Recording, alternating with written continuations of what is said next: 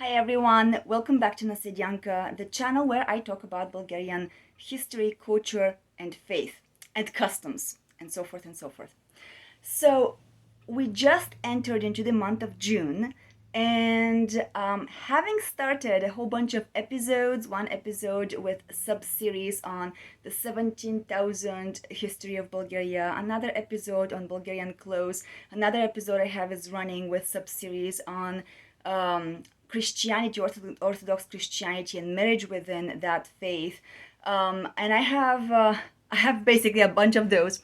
I realized that I skipped the number 18, so I thought let's go ahead and plug in. And as a matter of fact, having been so busy, I didn't have the time to discuss the Orthodox Christian saints that we commemorated nationwide in Bulgaria. So that is so important that I thought, let's just insert this episode here and talk to you a little bit about one of those saints that we just commemorated in May, in the month of May. That was May 2nd, but there are some other dates, and I won't mention that right now, right here. But basically, this is the saint, canonized Saint Boris Mihail, the baptizer or the converter of Bulgarians. So I would love to acquaint you with him today. And by the way, Bulgaria has that many celebrations that June 1st is the day for children, June 2nd is another national holiday for Christobotev and all of those who worked to the Bulgarian liberation, but I will mention them in the future. As a matter of fact, I do get overwhelmed. There is so much detail to Bulgarian history which both excites me and it can feel overwhelming. So I'm just letting you guys know so that you know that this is to come sometime in the future. So today, I will talk about who Saint Boris Mihail is, the converter of Bulgaria, and also I will plunge a little more in depth about something very important here that recently Pavel Serafimov, one of my favorite researchers, said with regards to the spread of Christianity before the year when Boris Mihail converted Bulgarians. Popularly by book knowledge, you will find out that books talk about Bulgaria being converted in 680, 681, but it turns out that Bulgarians were Christians centuries prior to that. And how is that possible? Again, I'll share what Pavel says here. In my previous episodes, naturally, I spoke about the great achievements of my ancestors. So in this episode, I will challenge you to consider the possible shadow side. And as there were some of my ancestors, the Thracians, the Proto-Bulgarians, who followed Christianity, and some others who remained in paganism for some time. So we'll talk about this. Just a little note here, because YouTube channel is my hobby and I do have a full-time job. If you guys happen to see this video here and you are triggered by Christian talk, please do not watch it. Do not torment your brains. Christianity is very important. It's an indelible part of Bulgarian culture, and as such, I talk about it regularly in my life outside of my job. So thank you so much for your respect and honor, and if you are interested, please feel free to subscribe to my channel to receive more information of this sort. Okay, so this being said, I should also say that I make zero profit out of this. This is not for money.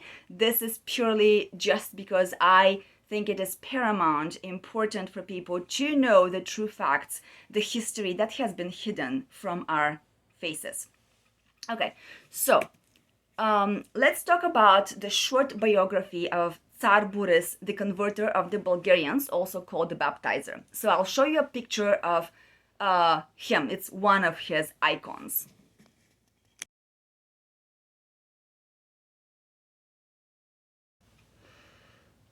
Alright, so you guys just saw one of many icons and depictions of Saint Boris Mihail, or Michael, as you would say in English, the baptizer or converter of Bulgarians. So he is considered a saint and wholly equal to the apostles Tsar Boris Mihail, baptizer of the Bulgarian people. He ruled between 852 through 889 AD. He is currently celebrated on May 2nd, along with Saint Athanasius the Great in Bulgaria. Wine and oil are allowed. For those who are familiar with Orthodoxy, you guys will know what this means according to the calendar. So Saint Tsar Boris Mihail, the baptizer of the Bulgarians, was a relative of the holy martyr Prince Boyan and Ravota the Bulgarian, and I will talk about him in a future episode. He negotiated the conversion with Pope Nicholas, but accepted the Christian faith from the east, Constantinople, and Patriarch Photius of Constantinople sent bishops and priests to Bulgaria, or so informs us the article that I'm translating to you from pravoslaviotu.com, and I am including that resource in the comments section. So Boris was baptized with his whole family, taking the name of the Byzantine Emperor Michael. The so-called boyars, boyari, which is the closest laity to the king, Tsar, Khan, the ruler, all of these were names for the main ruler back in the day that were used. And so the whole nation, Bulgarian nation, was baptized in the year of 865. Some sources tell us a little different, but 865 will stick to that for this purpose here. After the death of Saint Cyril and Methodius, their students found reception in Bulgaria and assisted Boris in his religious, educational, and literary activities. Loving the monastic feat, Tsar Boris, in the year of 889, placed his elder son Vladimir on the throne and retired to a monastery. By the way, that's a side note for me here. I cannot tell you guys how much reverence and respect I have. It brings me to tears and awe to imagine such rulers who would choose monastic life, who would serve the country in the best that they could, and at the end of all the riches and all the glories that they had achieved, for them to retire and go to an Orthodox Christian monastery to serve God and the people from there in prayer. I really want to say, tell me of somebody who does that nowadays. But let me come back here because I'll go on a rant. But the disgruntled boyars, again, the Bulgarian rich and close to the leader people, according to this article, ended up pushing Vladimir to a coup in order to restore the pagan religion. After learning this, Boris returned to the capital Pliska, and he quelled the riot. Vladimir was overthrown, and his younger son Simeon was installed in his place. He returned to the monastery to fast and pray and ended his life as a monk in the year of 906 AD on May 2nd. As a converter, Tsar Boris and Saint Tsar Boris was called the equal to the apostles' saint. So this comes from Bishop Hilarion of Traianopol, Extensive Orthodox Monthly, and again, I'm going to just add this in the comment section. I'm reading and translating for you guys, so excuse me for my blabbing every now and then.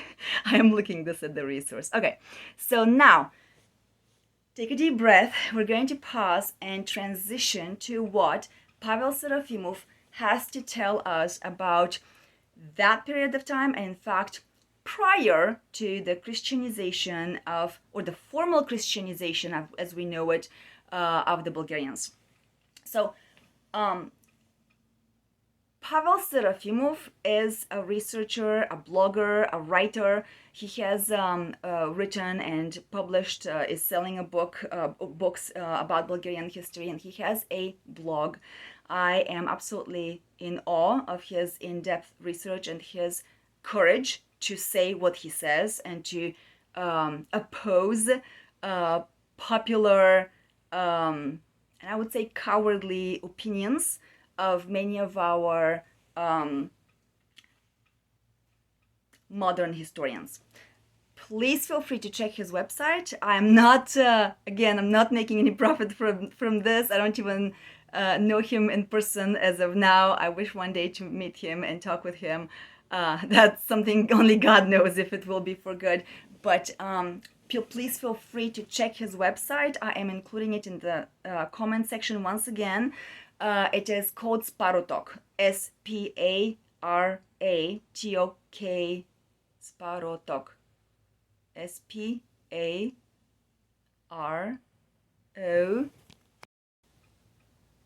oh boy, okay, S-P-A-R-O-T-O-K.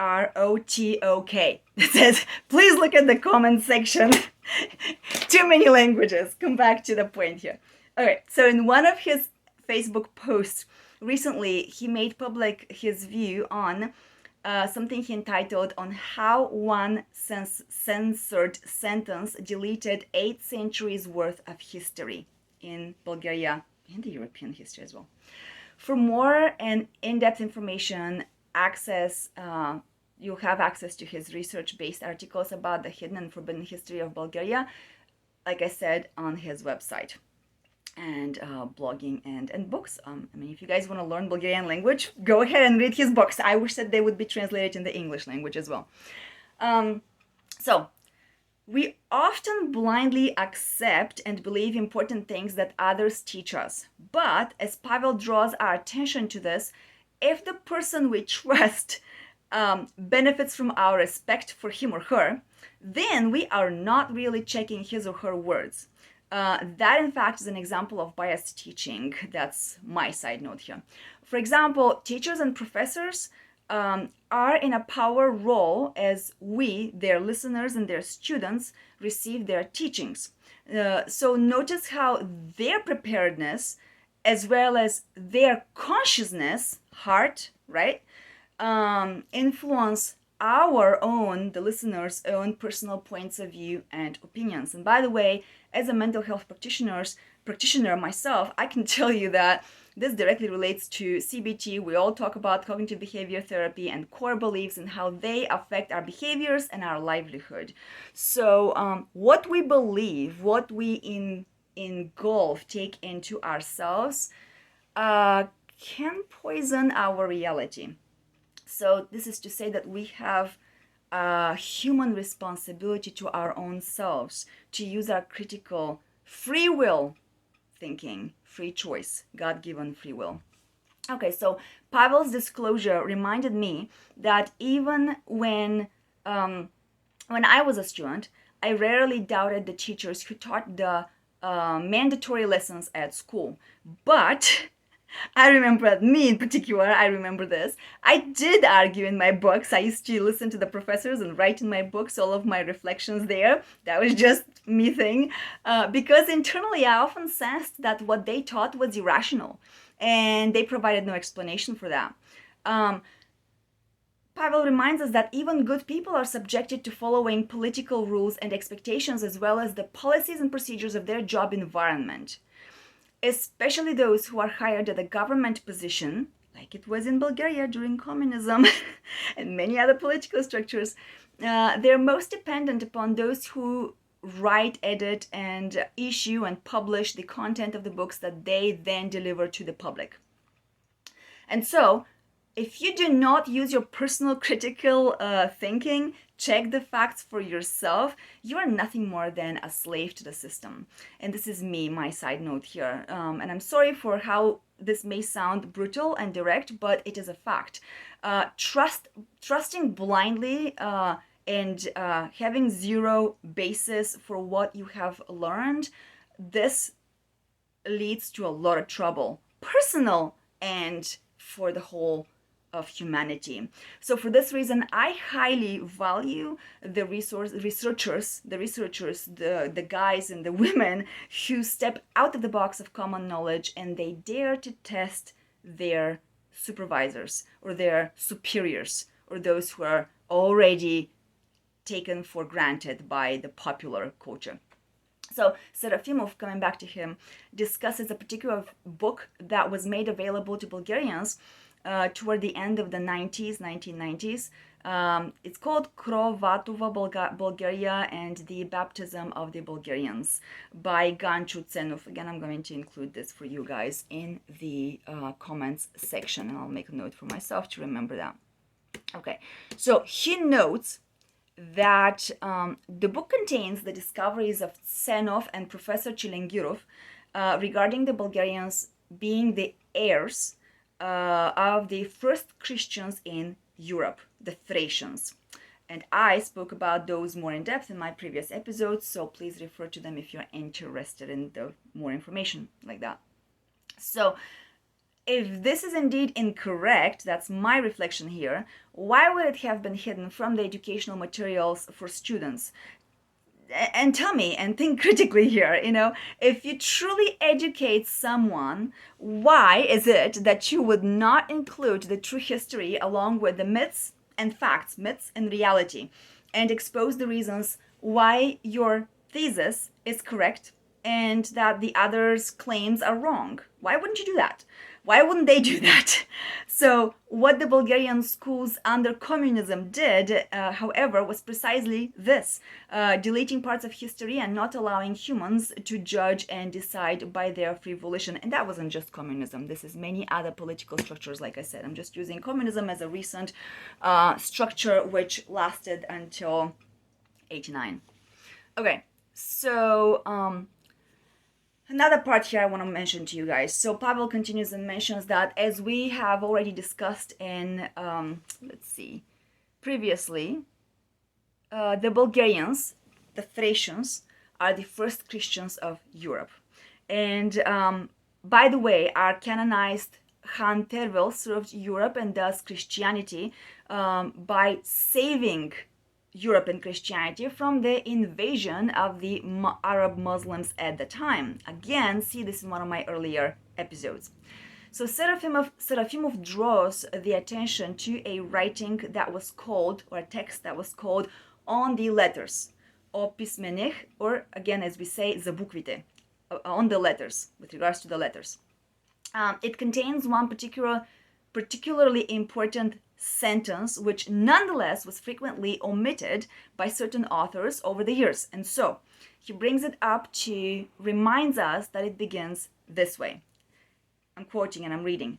In our past, the Slovene people, like it says, Народът Словене, did not have books, but being pagans, the people engaged in fortune-telling and divination readings using dashes and lines. It also says, when they got baptized, they had to write their Slovene or Slovenic speech using Roman and Greek letters without specific order nor arrangement. Okay, but how is this possible to write while using foreign letters? I can tell you right away off the top of my head, me having been born and grown up in Bulgaria, and then moving to an English-speaking country, I cannot transliterate many sounds, neither from Bulgarian to English nor from English to Bulgarian. For example, the TH sound in English is close to impossible. It just doesn't exist in the Bulgarian language. But then ц for Americans, English-speaking people, doesn't exist in their language. I've had Bulgarians who had to change their names to use pseudonames in order for English speakers to be able to pronounce their names. For example, Tsvetana, it's an easy Bulgarian name, but many English speakers have told me that they completely struggle with that. So Tsvetana, which stems in Bulgarian language from the word flower, in English has often been transliterated as flower or Florence. It's completely different. But that is to say that to imagine that a local people can use a foreign alphabet, foreign letters to, understand and speak and write on it is just pure fantasy. So, but that's what our ancestors were forced to do at that time. So the text further provides us with the specific examples here about Slavic words that cannot be transliterated in the Greek nor in Roman letters. So I'm not going to give you those examples because for English speakers that would make no sense. It's just very peculiar for our language. Or maybe I can just tell you guys and you can make whatever you want to make out of it. But it basically goes like that. For example, Bog, живот, дело, цирк, and then let's say широта, яд, жд, these are just things that cannot be transliterated in Greek nor in the Roman languages. And I'll just stop there. So the most important part of this text goes like this, and Pavel Serafimov makes sure to emphasize on that, and I thought it's important to hear, right? It says, quote, "And so it was for many years," end of quote. Nonetheless, certain local Bulgarian authors omit this part of the text in modern Bulgarian language for unspoken reasons. So, Pavel Serafimov here draws our attention to the importance of that text, as he reminds us that it serves a clear indication that for many and long centuries before Tsar, or Knyaz as is properly the appellation, Boris Mihail, the baptizer of Bulgarians, the official converter of the Bulgarians, it was a part of our Bulgarian ancestors who were actually Christians already centuries before him. For example, Thrace fell under Roman rule in the year of 45 AD. In the meantime, Apostle Paul arrived in Philippopolis. Philippopolis is the city nowadays in the modern Bulgarian country, and it's known as Plovdiv. Go visit it. You can see the leftovers from the Roman Empire and the ancestors. So 10-15 years after Thrace, so again, Thrace falls under Roman rule in the year of 45 AD, and some 10 to 15 years later, the Apostle Paul goes there, arrives in Philippopolis, nowadays Plovdiv, the city of Plovdiv in Bulgaria. And I'll show you a picture in a little bit. A few pictures. So the Christian community grew exponentially, quite fast in that area or region, as Saint Urim, for example, who was the Vladika of the Christians from Philippopolis, is mentioned in the New Testament. But why don't we look up some pictures here to show you where Philippopolis is? So let's look at that.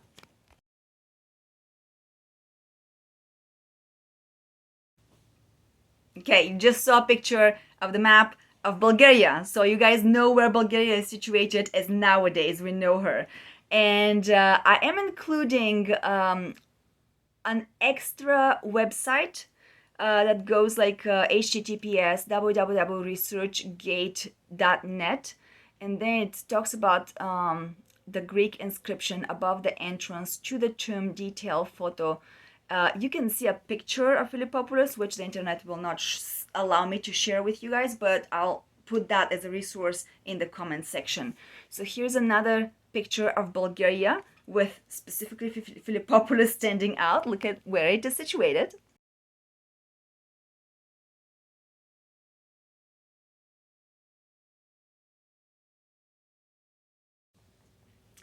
And then let's see another picture of nowadays Plovdiv and one of its ancient sites.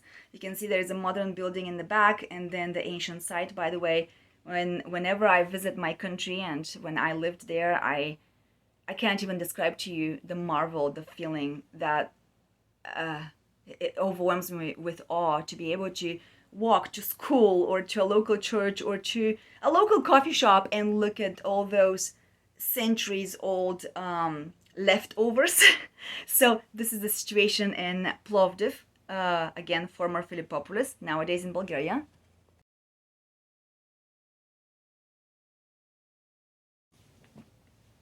Okay, so during the period from 60 AD to the year of 860 AD, our ancestors, Bulgarian ancestors, were actually forced to write in Latin and Greek letters. Here we are talking about 8 centuries, right? 8 centuries. And this is where the omission of "and so it was for many years" becomes completely inappropriate, right?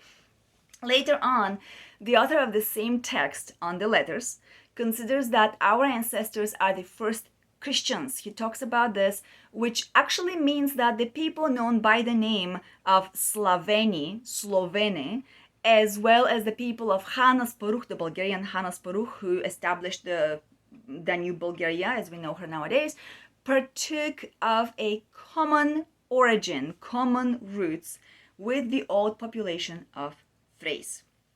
And so, around 20 to 30 years before Thrace fell under the Roman rule, Strabo explained that the Geti, Thracians, and their neighbors, the Mysians, or Mysi as we call them, again Thracians, were inhabiting the lands to the north, and so as well as to the south of the Danube River.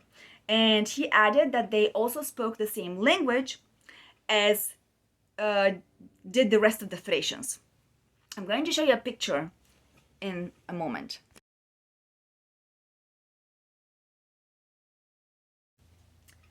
As a matter of fact, I'm going to pause here and I'm going to draw this picture and show it to you all, translated in English, because I dug the internet and I could not find a good map of the ancient Bulgarians, the Thracians, in the English language. But what you're going to see is the map with all of those Thracians who, by the way, they were not tribes, they were like states. In fact, they were called kings, okay? So each of those was a kingdom of its own, and they spoke the same language, they had the same beliefs, the same culture, the same practices.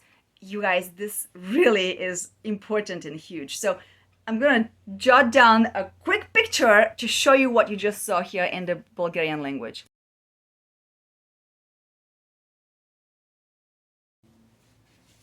Right, what you guys just saw is my whole bunch of notes here, and I just jotted down this map that I showed you on the screen, and I'm gonna show it once again to you to see it again, or you can go back and pause. But you can see there are the Illyrians, there are the Mysi or Mysians, I think you would say in English, there are the Tribali, maybe Tribalians, you can help me how you would say that in English, Dardani, Peons, Macedonians, Mygdons, Edons, Medians, Serdians, Besi, Kikonis, Sape, Odrysians, Aspinthians, Aspinti, Asti, maybe Astians, Nipsians, Krobizi, Getis, Scythians, and you guys can see this is the Black Sea.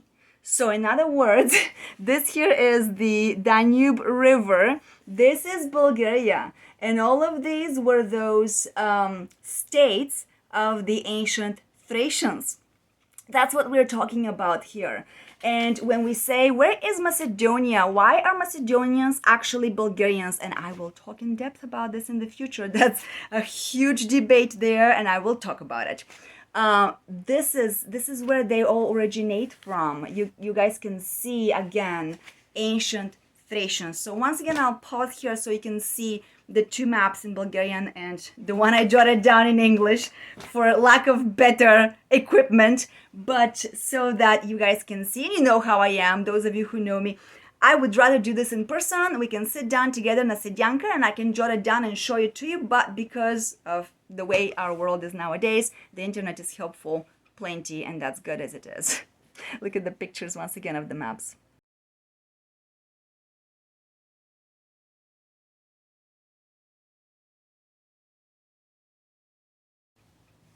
And so, coming back to the situation of the year of 681 AD, when popular books tell us that Bulgaria was baptized by Tsar Boris Mihail, it actually turns out that in fact the situation looked very different. It actually was so that the Thracians who were under the Roman rule at that time had already been Christian for more than 600 years. Right?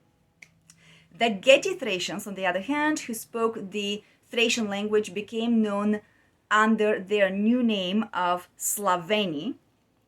And around 3 centuries later, that name morphed to being pronounced as Slovene. Nowadays we say Slavic people, Sloveni, it really doesn't, it's all the same thing in language morphs. In the meantime, the Mysian, or like we say the Mysi, Thracians, were already known under the name of Bulgarians. All those three groups had the same roots and the same origin.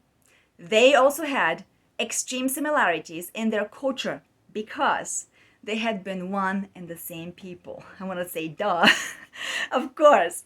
It's again coming back to this example I have given in the past, take America. It's composed of 50 states, we know. Every state speaks English. Every state has the same holidays, the same traditions by large. 800 years from now, or 2,000 years from now, I hope people are not going to look back, or if they do, that will be very, very inaccurate, to look back and say, oh, South Carolina were, a tribe, whereas, look, Washington State, they spoke a different language, or if people got surprised that we actually spoke the same language.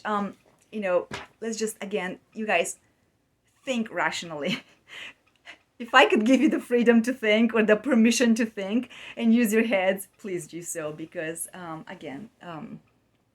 history has been very misused. So, coming back to our talk here, the difference in that between those Thracians who were under the Roman Empire and those, like I said, the Mysians and the Geti Thracians, for our Bulgarian history purposes here, the difference is basically just in that those of them who lived up to the year of 680 AD were under Roman Empire's rule, and they were Christian Thracians, whereas the heirs of the Geti Thracians and those of the Mysi Thracians or Mysian Thracians were the carriers of the old pagan cults. And so this clarifies so much of this hot, big mess of our scared historians, because it takes a scared coward to not address those facts. And this is me, my judgment. This is not somebody else who has said it. I take all responsibility for this. But it takes, it takes guts to present all facts and allow people to be honest, to have access to all the truth, right?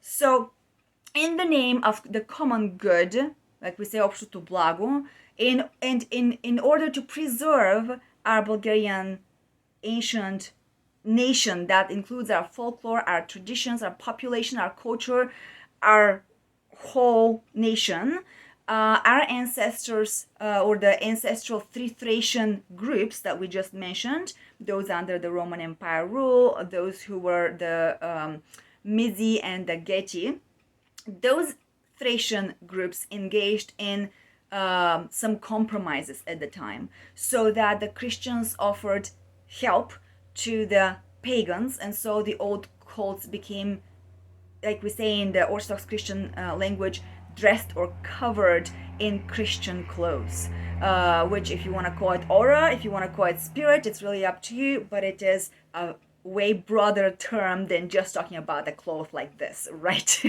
So this is how the Christian Thracians reached out, and they actually offered their hand, their help, to the pagan Thracians who had been left, and they had been separated, divided between. Divisions happened back there then. There is nothing new under the blue sky, because they continue to happen to date, right? So let's see. Okay, because I'm translating here, it slows me down a little bit, but basically what I can say to you guys is that we all know for Christianity, it is important, the message that Christ brings, namely that we should love our brothers, our neighbors, as we love ourselves, and we should guard the laws, or the canons, the laws of God. And so this is how our Bulgarians reached out to their brothers and sisters, and they introduced them to Christianity. And in another episode in the near future, I will talk to you about how easy it actually was for ancient Bulgarian Thracians, pagans who used to be pagans, to accept Christianity, because there were so many similarities. They already knew the truths, but the old pagan truths came with some, how can I say, distortions, whereas Christianity shed light to the full truth. And for those who are watching me from the West, please remember that Orthodox Christianity has absolutely nothing to do with Roman Catholicism, nor does it have to do with Protestantism. And I will speak about it in the future, God willing, but there is no time right now. This needs to be in the long-term future. So, a few final words here.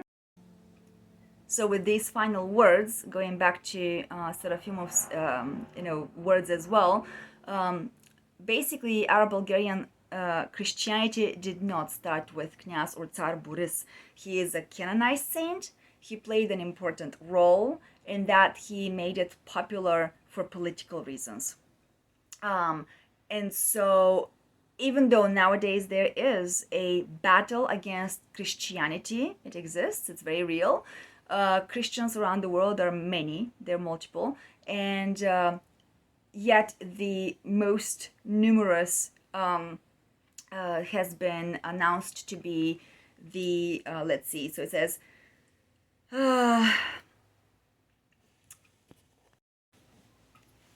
like I said, I do struggle with the translation here, but here is how this goes in English. Practically, Bulgarians remain one of the purest Christians, among the purest Christians, adhering most faithfully to the messages of early Christianity. And as we can see, this is not a coincidence, but the result of a long, centuries long tradition.